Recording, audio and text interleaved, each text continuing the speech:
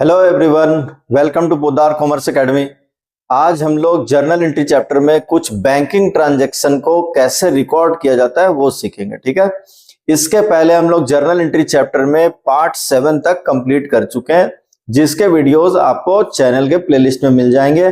आप लोग चैनल के प्लेलिस्ट में जाइए, 2024-25 का जो प्लेलिस्ट है जर्नल एंट्री चैप्टर का, उसमें आपको वो प्रीवियस वीडियो मिल जाएंगे, आप लोग उसको देख सकते हैं। ठीक है, तो चलिए आज की क्लास को स्टार्ट करते हैं। आज की क्लास में हम लोग क्या करेंगे, कुछ बैंकिंग ट्रांजैक्शन को कैसे रिकॉर्ड करना है उसको सीखेंगे। ठीक है, तो चलिए स्टार्ट करते हैं।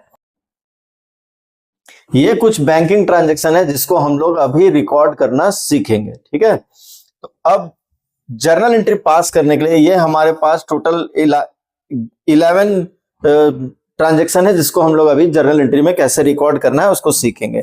इसके लिए हम लोग क्या करेंगे, इस तरह से एक फॉर्मेट बना लेंगे, डेट, पर्टिकुलर, एलएफ, अमाउंट। ठीक है, अब ये रूल्स है, एक बार मैं आपको फिर से याद दिला देता हूं। ये मॉडर्न रूल के अकॉर्डिंग लिखा गया है। कैपिटल इंक्रीज होने पर क्रेडिट, डिक्रीज होने पर डेबिट। लायबिलिटी और इनकम में भी सेम रूल लगेगा। इंक्रीज अगर लायबिलिटी और इनकम भी अगर इंक्रीज हो रहा है तो हम लोग क्या करेंगे, इंक्रीज होने पर क्रेडिट और डिक्रीज होने पर डेबिट करते हैं। और एसेट्स और एक्सपेंसेस के मामले में क्या होता है, उल्टा हो जाता है, इंक्रीज होने पर डेबिट होता है, डिक्रीज होने पर क्रेडिट होता है। ठीक है, अब हम लोग एक एक ट्रांजेक्शन को बहुत अच्छे तरीके से समझेंगे और एक एक रीजन को समझते हुए उसको रिकॉर्ड करेंगे कि किसको क्यों डेबिट किया जा रहा है, किसको क्यों क्रेडिट किया जा रहा है। ठीक है, ये देखिए first transaction, started business with cash 8,50,000। Cash से बिजनेस स्टार्ट कर रहे हैं 8,50,000। तो देखिए कैश हमारा एसेट होता है। ठीक है, कैश एसेट है और हम लोग जब बिजनेस में कैश लगाएंगे तो कैश बिजनेस में इंक्रीज होगा, बढ़ेगा।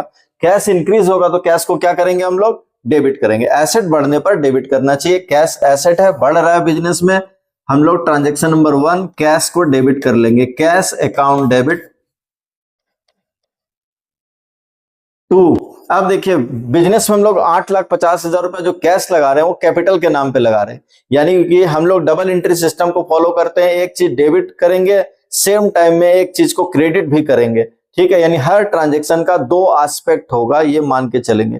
तो बिजनेस में कैश भी बढ़ रहा है और बिजनेस में हम लोग कैपिटल लगा रहे हैं 8,50,000 रुपया, कैपिटल भी बढ़ रहा है। मॉडर्न रूल के अकॉर्डिंग कैपिटल को इंक्रीज होने पर क्रेडिट करना चाहिए। हम लोग यहां पर 2 कैपिटल अकाउंट लिखेंगे। ठीक है, 8,50,000, 8,50,000।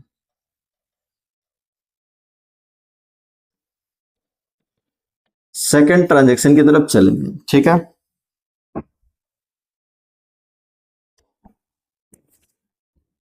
Second transaction, open bank account and deposited. Bank में अकाउंट ओपन कर रहे हैं और वहां पर 2,50,000 बैंक में हम लोग डिपॉजिट कर रहे हैं। देखिए बैंक में अकाउंट ओपन करना कोई ट्रांजेक्शन नहीं है, लेकिन बैंक में जो पैसा जमा कर रहे हैं ये ट्रांजेक्शन है। ठीक है, तो बैंक में कैश जमा करा रहे हैं 2,50,000 रुपया, ये एक ट्रांजेक्शन है, इसको हम लोग लिखेंगे। ठीक है, तो अब देखिए इसमें 2 अकाउंट का नाम आया, एक तो बैंक और दूसरा कैश। ठीक है, हम लोग कैश जमा करा रहे हैं बैंक में, कितना, 2,50,000 rupees.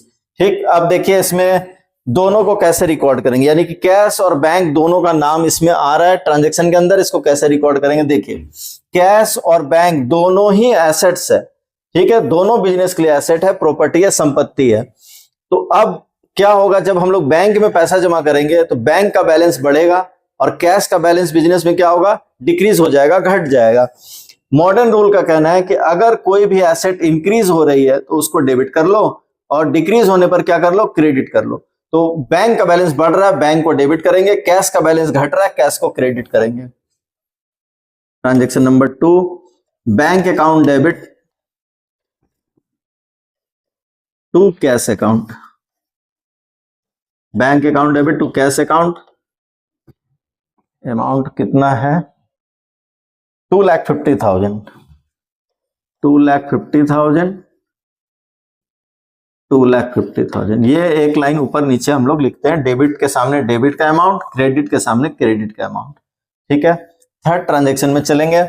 Purchase machinery and payment made by cheque. Machine खरीद रहे हैं 75,000 का और पैसा चेक से दे रहे हैं, ठीक है। अब इसको कैसे रिकॉर्ड करेंगे, देखिए इसमें भी, इस ट्रांजेक्शन में भी दो अकाउंट का नाम है, एक तो मशीनरी और दूसरा बैंक। दोनों ही एसेट है, मशीनरी भी एसेट है, बैंक भी एसेट है। जब हम लोग मशीनरी खरीदेंगे और चेक से पेमेंट करेंगे तो क्या होगा, मशीन बिजनेस में हम लोग खरीद के ला रहे हैं, मशीन यानी कि मशीनरी क्या हो रहा है, बिजनेस में इंक्रीज हो रही है मशीन को डेबिट कर लेंगे, और बैंक का बैलेंस पेमेंट करने के कारण बैंक से चेक से पेमेंट करेंगे, बैंक का बैलेंस डिक्रीज होगा। तो जो भी एसेट इंक्रीज हो रहा है उसको डेबिट कर लेंगे, जो भी एसेट डिक्रीज हो रहा है उसको क्रेडिट कर लेंगे। मशीनरी को इंक्रीज होने के कारण डेबिट कर लेंगे, machinery account debit, machinery account debit to bank account. Cheque से पेमेंट करेंगे तो हम लोग बैंक का नाम लिखेंगे, क्योंकि पैसा बैंक से ही पेमेंट होगा। 75,000। Transaction number 4, purchase goods and paid by cheque. हम लोग गुड्स खरीद रहे हैं इस बार, याद रखना, कोई एसेट परचेज नहीं कर रहे हैं, गुड्स परचेज कर रहे हैं। गुड्स उसको बोलते हैं, उस आइटम को बोलते हैं जिसमें हम लोग डील करते हैं, या फिर ऐसे बोलिए कि जिस प्रोडक्ट को हम लोग अपने शॉप में या बिजनेस में लेकर आते हैं बेचने के लिए, रीसेल करने के लिए, वो गुड्स होता है। तो जब भी हम लोग गुड्स परचेज करेंगे तो गुड्स नहीं लिख के हम लोग क्या लिखते हैं, परचेज को रिकॉर्ड करते हैं, परचेज वर्ड यूज करते हैं गुड्स की जगह में, ठीक है। परचेज हमारे बिजनेस के लिए एक्सपेंसेस है, खर्च है वो, क्योंकि हम लोग जब गुड्स खरीदेंगे बिजनेस के लिए तो क्या होगा, एक्सपेंसेस होगा। अब इसमें भी, और पेमेंट कैसे कर रहे हैं, चेक से पेमेंट कर रहे हैं। तो देखिए क्या क्या होगा इसमें, कैसे रिकॉर्ड करेंगे। हम लोग गुड्स खरीद रहे हैं, बिजनेस में क्या हो रहा है, एक्सपेंसेस हो रहा है। एक्सपेंसेस हो रहा है बोलिए, या एक्सपेंसेस इंक्रीज हो रहा है बोलिए, ठीक है। तो एक्सपेंसेस को डेबिट कर लेंगे, ठीक। परचेज को डेबिट करेंगे क्योंकि वो एक्सपेंसेस है। पेमेंट चेक से हो रहा है, बैंक से पैसा निकलेगा, वो हमारा एसेट है, बैंक बैलेंस डिक्रीज होगा तो हम लोग उसको क्रेडिट कर लेंगे। यानी ट्रांजैक्शन नंबर 4 में परचेज को डेबिट करेंगे, क्योंकि परचेज क्या है, एक्सपेंसेस है, परचेज को हम लोग डेबिट कर लेंगे। और बैंक एसेट है, वो रिड्यूस हो रहा है, बैंक बैलेंस घट रहा है, तो हम लोग बैंक को क्रेडिट कर लेंगे। अमाउंट देखिए कितना है, ये आपका 45,000 है। 45,000, ठीक है। यहां तक तो कोई प्रॉब्लम नहीं है, ठीक। ट्रांजैक्शन नंबर 5 को हम लोग रिकॉर्ड करेंगे। Transaction number 5, goods sold to Suhani and payment received through cheque. हम लोग सुहानी को गुड्स सेल कर रहे हैं, ठीक है, गुड्स बेच रहे हैं, गुड्स, ठीक है। तो जब भी हम लोग किसी को गुड्स बेचेंगे तो वो बिजनेस के लिए इनकम है, ठीक है। दूसरी बात कि यहाँ पर्सन का नेम गिवन है, लेकिन पर्सन का नेम हम लोग नहीं रिकॉर्ड करेंगे, क्योंकि हम लोग उससे पेमेंट ले रहे हैं। पेमेंट नहीं लेते हैं तब पर्सन का नाम लिखना चाहिए। तो यहां सुहानी से हम लोग पेमेंट ले रहे हैं, और कैसे ले रहे हैं पेमेंट, चेक से पेमेंट ले रहे हैं, ठीक है। और कितने का है वो, 25,000 का। तो हम लोग सुहानी को गुड्स सेल कर रहे हैं और उससे हम लोग चेक ले रहे हैं 25,000 का, ठीक है।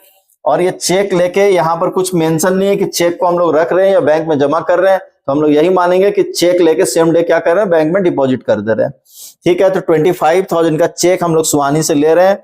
अब देखिए क्या होगा, हम लोग सेल कर रहे हैं, सेल बिजनेस के लिए इनकम है, इनकम बिजनेस में इंक्रीज हो रही है, उसको क्या करेंगे, सेल को क्रेडिट कर लेंगे, सेल को क्रेडिट करेंगे, ठीक है। इनकम इंक्रीज होने पर क्रेडिट करना चाहिए।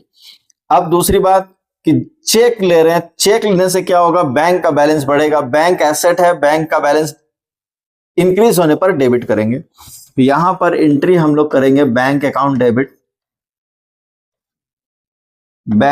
Debit to sales account. Suhani का नाम नहीं लिखेंगे क्योंकि पेमेंट मिल गया है। क्रेडिट सेल परचेज के टाइम में पर्सन का नाम लिखना पड़ता है। कितने का चेक था, 25,000 का चेक था। ये आपका हो गया। ट्रांजैक्शन नंबर 6 की तरफ चलेंगे। Transaction number 6, bank allowed interest.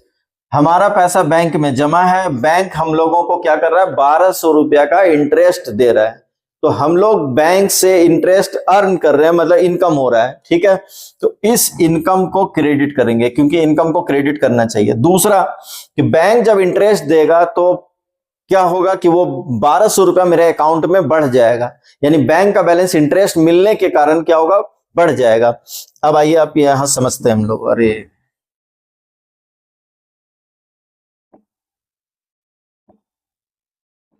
हाँ, देखिए इंटरेस्ट मिलने से क्या होगा, बैंक का बैलेंस बढ़ेगा। बैंक एसेट है, इंक्रीज होने पर क्या करेंगे, डेबिट करेंगे।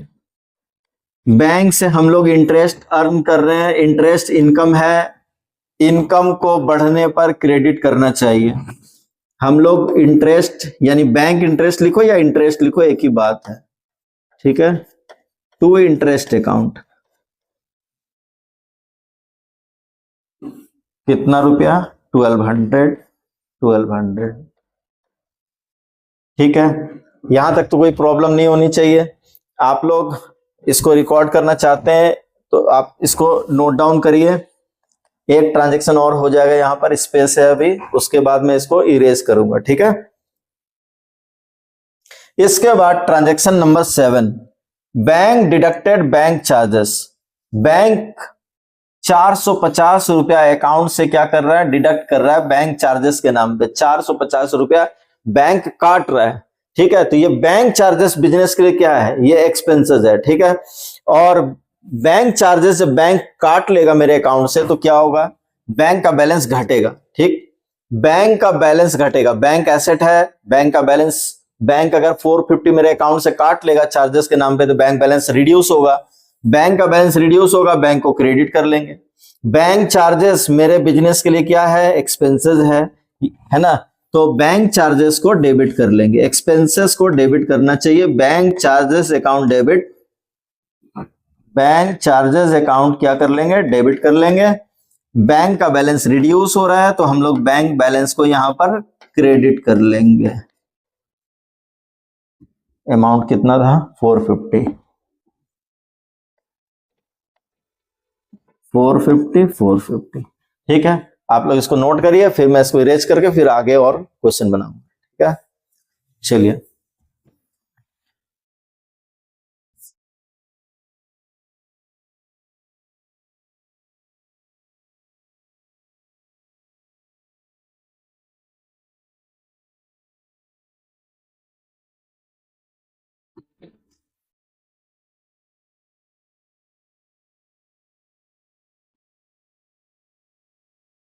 अब इसके बाद हम लोग ट्रांजैक्शन नंबर 8 को देखेंगे, ठीक है।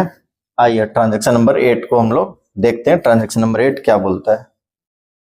यहां पे transaction number 8, check receive from Pappu deposited into bank. Pappu से चेक ले रहे हैं और उस चेक को सेम डे बैंक में जमा भी करा दे रहे हैं। पप्पू 2000 का चेक हम लोगों को दे रहा है, 2000 का चेक दे रहा है, ठीक है। और वो चेक उससे ले रहे हैं और उसी दिन सेम डे बैंक में हम लोग क्या कर रहे हैं, उसको चेक को जमा करा दे रहे हैं। तो पप्पू हमारा क्या है, पप्पू डेटर है, ठीक है। यानी कि पप्पू से हम लोगों को पेमेंट लेना था, पप्पू हमारा डेटर है। अगर पप्पू पेमेंट करेगा तो क्या होगा, डेटर रिड्यूस होगा, डेटर घटेगा, ठीक है। और बैंक का बैलेंस क्या होगा, बढ़ेगा, ठीक है। अब आइए इसको समझते हैं हम लोग। देखिए डेटर यानी कि एसेट होता है, डेटर एसेट होता है और बैंक का बैलेंस भी एसेट होता है। तो जब हम लोग डेटर से पैसा लेंगे तो बैंक का बैलेंस क्या होगा, बढ़ेगा, और डेटर क्या होगा, घटेगा, ठीक। यानी कि जो भी एसेट बढ़ रहा है, यानी बैंक का बैलेंस बढ़ रहा है, बैंक को डेबिट करेंगे। डेटर घट रहा है, ठीक है, तो जो भी, तो उसको क्या करेंगे, क्रेडिट करेंगे। तो यहां पर हम लोग एंट्री करेंगे ट्रांजैक्शन नंबर 8 में, bank account debit, bank account debit, ठीक है, टू पप्पूज अकाउंट। या फिर आप इसको समझने के लिए ऐसे भी समझ सकते हैं, जब भी किसी पर्सन का नाम दिया हुआ हो तो आप ये देखिए कि वो पर्सन रिसीवर है कि गिवर है, तो आपको समझना काफी आसान हो जाएगा। पप्पू गिवर है, अगर ट्रेडिशनल रूल की तरफ अगर हम लोग चलें, ट्रेडिशनल रूल को फॉलो करें, तो ट्रेडिशनल रूल के अकॉर्डिंग कोई भी पर्सन अगर रिसीवर है तो उसको डेबिट कर लो, बहुत आसान है।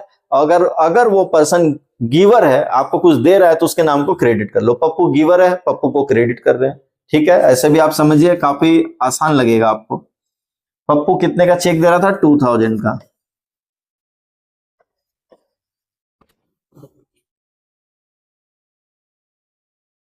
ट्रांजेक्शन नंबर 9, ट्रांजेक्शन नंबर 9 की तरफ चलेंगे। Cheque receive from Soni but not deposited. देखिए ध्यान देने की बात है, but not deposited into bank. Soni से 3500 का चेक हम लोग ले रहे हैं और सेम डे बैंक में जमा नहीं कर रहे हैं, ठीक है। यानी कि सोनी से चेक लेके क्या कर रहे हैं हम लोग, अपने ऑफिस में यानी अपने शॉप में, अपने बिजनेस में, दुकान में ही क्या कर रहे हैं, रख ले रहे हैं, ठीक है, बैंक में नहीं भेज रहे हैं, ठीक है। यानी मान लो कि बैंकिंग जो ट्रांजेक्शन का टाइम है, अगर शाम को 7 बजे कोई लाके मुझे चेक देता है तो सेम डे तो बैंक में जमा नहीं हो पाएगा। वो कब जमा होगा? नेक्स्ट डे जमा होगा। तो हम लोग अब पेमेंट तो ले रहे हैं तो उसको लिखना तो पड़ेगा, ठीक है। तो अब लिखेंगे तो हम लोग उसको क्या लिखेंगे? चेक इन हैंड बोल के लिखेंगे। यानी जब भी किसी पर्सन से हम लोग चेक लेके रख लेते हैं, सेम डे बैंक में जमा नहीं करते हैं, तो हम लोग क्या करते हैं, उस चेक को चेक इन हैंड बोलकर रिकॉर्ड कर लेंगे, ठीक है। चेक इन हैंड बोलकर रिकॉर्ड कर लेंगे, बैंक का नाम नहीं लिखेंगे, बैंक की जगह क्या लिख लेंगे? चेक इन हैंड लिख लेंगे। और फिर जब नेक्स्ट डे बैंक में उसको जमा करेंगे तो फिर अलग से एंट्री पास करेंगे। तो आज देखिए सोनी एक पर्सन है, ऐसे समझ लीजिए, या फिर आप वैसे डेटर से समझ सकते हैं कि सोनी डेटर है और पेमेंट कर रही है, तो डेटर क्या हो रहा है? रिड्यूस हो रहा है। डेटर हमारा एसेट होता है और एसेट रिड्यूस होने पर क्रेडिट करते हैं।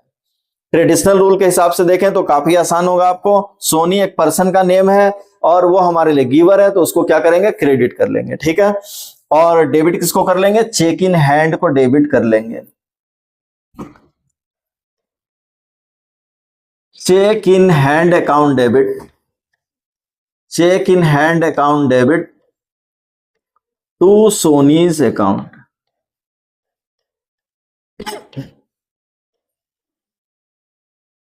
3500, ठीक है। Transaction number 10, transaction number 10, Soni cheque deposited into bank next day. Soni का चेक हम लोग नेक्स्ट डे बैंक में जमा करा रहे हैं, नेक्स्ट डे, अगले दिन, ठीक है। तो जब अगले दिन जमा कराएंगे तो क्या होगा? देखिए वो जो चेक इन हैंड था वो एसेट की तरह हमारे पास रखा हुआ था, ठीक है। और आज वो हम लोग बैंक में जमा करा रहे हैं, तो एक एसेट क्या हो रहा है? रिड्यूस हो रहा है ना। और एक एसेट क्या होगा? बढ़ेगा। यानी बैंक का बैलेंस, आज हम लोग चेक जमा कराएंगे बैंक में तो बैंक का बैलेंस बढ़ेगा, बैंक एसेट है, ठीक है। तो बैंक का बैलेंस बढ़ेगा तो उसको क्या कर लेंगे? डेबिट कर लेंगे। और चेक इन हैंड भी एसेट है तो उसको हम लोग क्या करेंगे? वो रिड्यूस हो रहा है तो हम लोग उसको क्या करेंगे? क्रेडिट कर लेंगे। तो bank account debit, bank asset है, बढ़ रहा है, बैंक को क्या करेंगे? डेबिट कर लेंगे। और to cheque in hand account लिख लेंगे, टू चेक इन हैंड लिख लेंगे। अमाउंट हम लोग इसमें लिखेंगे 3500, 3500, ठीक। ट्रांजैक्शन नंबर 11,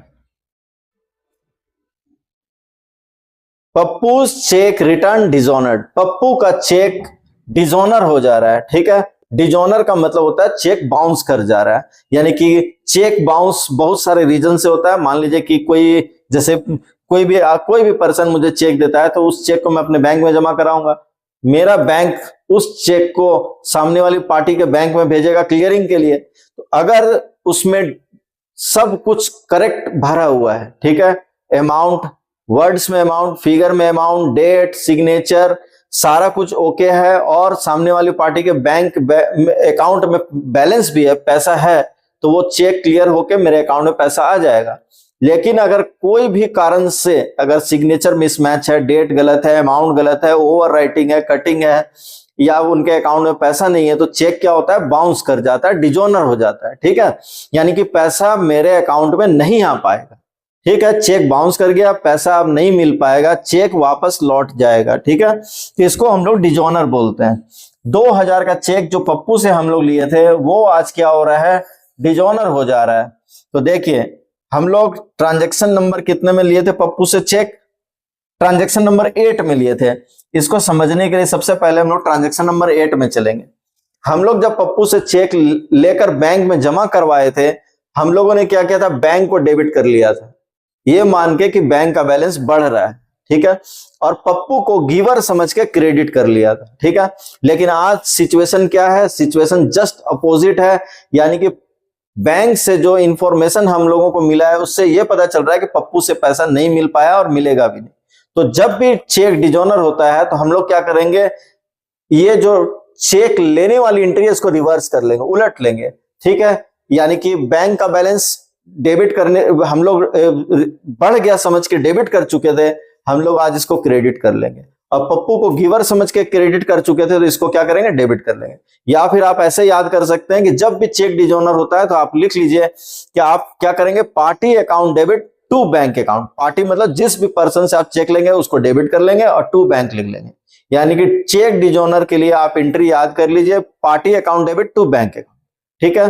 तो इस एंट्री को हम लोग क्या करेंगे, रिवर्स कर लेंगे, रिवर्स कर लेंगे। चेक लेने वाली एंट्री को डिजोनर होने पर उलट देना चाहिए। तो यहां पर हम लोग कर लेंगे Pappu's account debit to bank account, Pappu's account debit to bank account.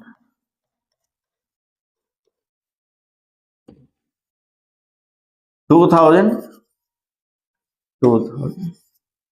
और लास्ट में इसका हम लोग बोथ साइड का टोटल कर लेंगे। ये आप लोग होमवर्क में करेंगे, इसका टोटल कर लेंगे, दोनों साइड इक्वल ही आएगा, ठीक है। आप लोग इसको नोट करिए, ठीक है। बैंकिंग ट्रांजैक्शन को आप लोग बहुत अच्छी तरह से समझ गए होंगे। फिर भी अगर कोई भी डाउट्स होता है, आप कभी भी पढ़ रहे हैं, कोई भी क्वेश्चन अगर आपसे नहीं बन रहा है, बैंकिंग ट्रांजैक्शन से रिलेटेड कोई भी डाउट्स है, कमेंट सेक्शन में लिखिए। मैं आपके लिए एक सेपरेट वीडियो बनाऊंगा और उस वीडियो में वो जो भी डाउट्स आप लोग मुझसे पूछेंगे वो सब डाउट्स मैं आपका क्लियर करा दूंगा, ठीक है। मिलते हैं नेक्स्ट क्लास में। Thank you very much.